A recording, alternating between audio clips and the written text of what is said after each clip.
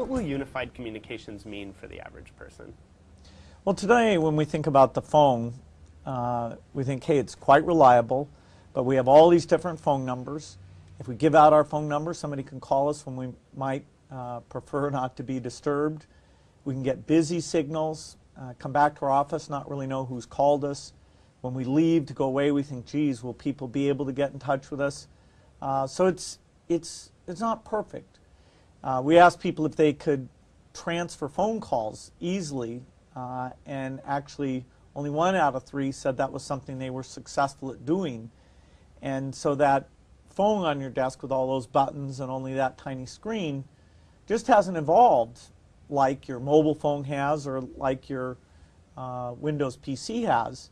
And so there's a real chance as we move the phone off of its own infrastructure, the PBX, its own wiring, its own desktop handset, move it onto the internet, Windows-based servers running a standard platform, any type of peripheral phone innovation that any company wants to build, any type of software that can connect in and think about your type of business and what the user interface on the nice big screen should be for calls moving around. Now, there's a lot of opportunity here. So it's telephony done in a much better way. We say unified communications because as you bring the screen in and video, we didn't want people to think it's just voice, but it's much, much more. What do you think the desktop phone in the office looks like 5 years from now, or the cell phone? Well, I think for some people, the idea of having a desktop PC, a portable PC, and then the phone that fits in their pocket, that will be enough for them because we can connect in to the now software equivalent of the PBX in the same rich way. You know, you have the nice directory, understand your relationships with people.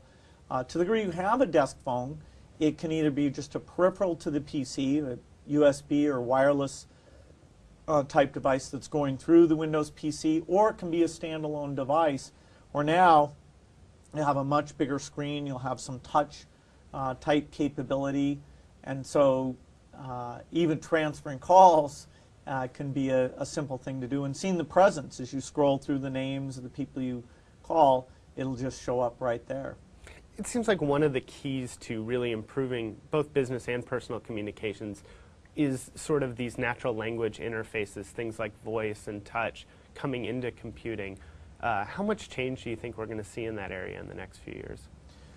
Well, I think that we can do unified communications without too much recognition activity, simply being able to send the calls around.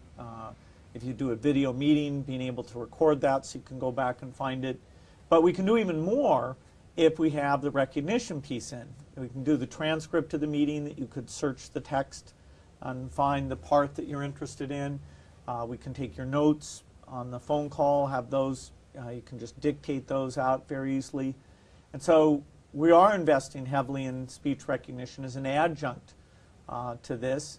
You know, for example, you should be able to say, hey, transfer this call to so-and-so instead of even going over to the PC screen. And so we'll be incorporating that in. We recently acquired Tellme. They have a huge database of the different ways that people talk when asked these questions, so we're training our speech engines around that.